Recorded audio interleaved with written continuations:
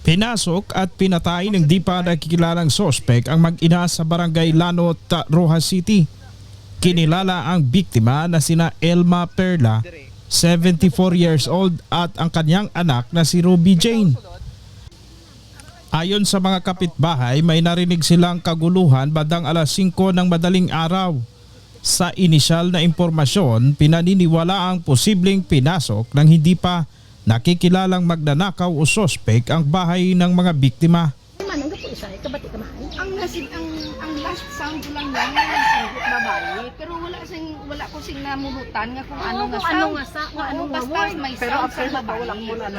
Sa panayam po ng isang radio station sa Capiz ay sinabi ng kanyang mga kapitbahay na may narinig daw silang ingay bandang alas 5 ng madaling araw kanina, pero hindi raw maliwanag kung ano ang mga sinasabi ng mga biktima.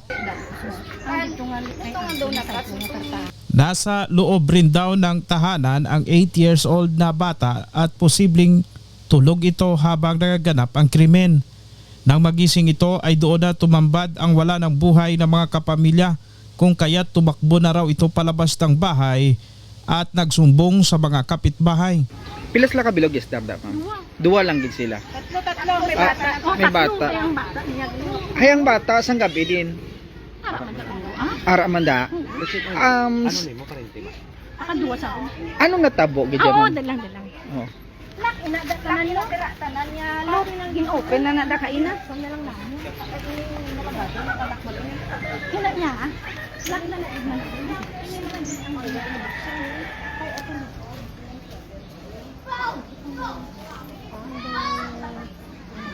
Sama mo lang na. Hindi, wala dito. Yan, doxing na natin. Bakit kung amon dali sa? Wala man naglahat ang ido. Dito sa amon, wala man sa kumantak. Wala sa hindi man sa kumantak. Dito na. Hindi sa kumantak. Kami niya lang galang na. Sa din damti. Batay dito sa mga report ng mga kasama natin sa media sa Capiz ay ito po yung lugar kung saan natagpuan itong bangkay ng mag-ina sa loob ng compound na ito, sa loob ng isang bahay natagpuan na wala ng buhay yung mag-ina. As in bukas Wide gid jam Oo, wide gid jam. Pati ang net bala, inang net bala, di ba double door ina sa may door tapos may net. Ang net nakabukas Ang man. steel na nga. Oo, nakabukas na gid tanan. Tapos ay nang nasa kusina sa dirty kitchen nila is open gid man nila dila kasi syempre dira sa Pero ang main door nakapadlock. nang wala lang ko idea kasi ang puya to kagina si tata upod kami man dito sa sulod, ako lang nagpasiga sa suga tapos siya ang nagbukas ng pertahan. Muto nga nakita na namon dito ya nga muto na yamang muto ya sa sopa. Sa sofa raw nakita ang 31 years old, duguan na ito at may mga sugat dito sa ulo banda. Daw may pagka-slice tapos iya duwa ka man. Namamaga rin daw ang dalawang mga mata nito at naka-underwear na lang ang biktima. Ang iloy na, ma'am. Ang ilos ng Ang bata. 8 years old. Bali ang nanay gid ang 72 years old is ato na sa likod. Sa likurang bahagi naman raw nakita ang nanay ng biktima at mayroon din itong sugat dito sa may ulo banda. So hiwalay ang ilalawas. Separate ari sa salas ang kuya ato sa kusina ang iloy. Sa ngayon ay wala pa silang maisip na suspect dahil matiwasay raw na naninirahan ang magpamilya sa lugar. Kay mga malinong manabi kami sa nadire, wala man sa nakaano gid. Magmula ng mamatay ang mister ng biktima, sila na raw mag-ina lamang ang nanirahan sa nasabing bahay. Wala kay pagkapatay ni Uncle Ruben. Sila na lang nga duwa kay nagaplano gina dapat si ante sila nga to kung tapos na lang 40 days ni Uncle maupod sa dito siya umaga dito sa Davao. Kay ang iya nga iya bata na isa nga siman ay waay na nadayon. Oo. Ining balay nga ini, ano ang may mga negosyo sila? Wala. Sinong tagiya sang kotse? Si Ruby Jean Ang may-ari ng kotse ay yung mismong anak, isa sa mga namatay. Batay sa kumakalat ng mga CCTV footage mula sa isang radio station na i-post din ito ng isang media network dyan sa May Capiz, na alas 5 ng madaling araw dumating itong kotse na ito.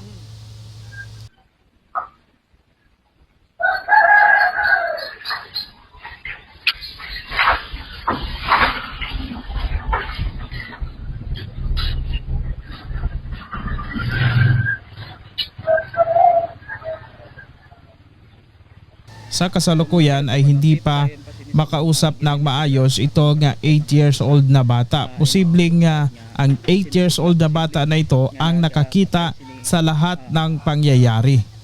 Nalibot na dito sa likod kung may agi dito. Why? Nalibot na to? Nalibot, sir. Nalibot. Paglibot, nakakaabot dito, sir? Oh, why man kwan? May agi dito? Why? Oo.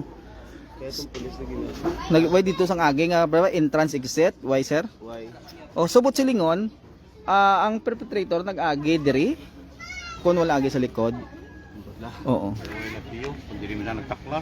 Oo. Man na sa lugar. May kontra inis na, ba't may kontra inis sila? Why man? Why man sila kontra? Okay, Mga bahay.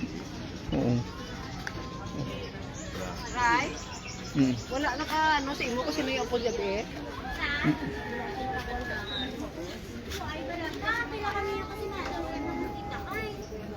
Yeah, cellphone by not.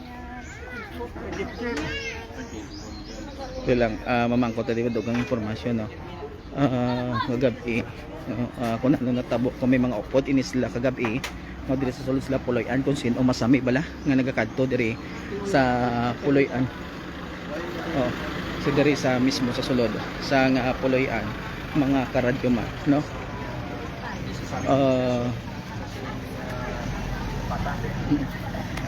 Pamangkoton si Manang kung mayari di sa mga upod, no? Tudlo inasa sa online sa mga foreigner ba na. Tapos doon nagakato, wala ko idea kung di nag-opisina kay kuno man sa iya tatlo nag-duty niya kuno sa opisina inang galakatin asa ko kisa may alas 3 sa gabi pauli alas 4 imedya sang aga. Tapos mas ko na kagina doon nagsauli sa kagina sa aga. Sige na, sa pulis daw na. Alas 4 na po sang aga. So mo chilingon may mo mag-aaga na yung tabo. Base, kay ambal masamot pa kay Isaya, nakabati sa mga singgit-singgit daw, 5:36 na. Tapos nakabati naman sa dahil na daw may gin pok na daw may gin lampus. Nga mo to iyang, amon din sinari. Sa kasalukuyan ay patuloy pa ito na iniimbestigahan ng mga kapulisan kung ano ba talaga ang nangyari, bakit pinatay itong mag-ina na ito at kung paano ito nangyari, sino ang mga may kagagawa nito at kung ano ang motibo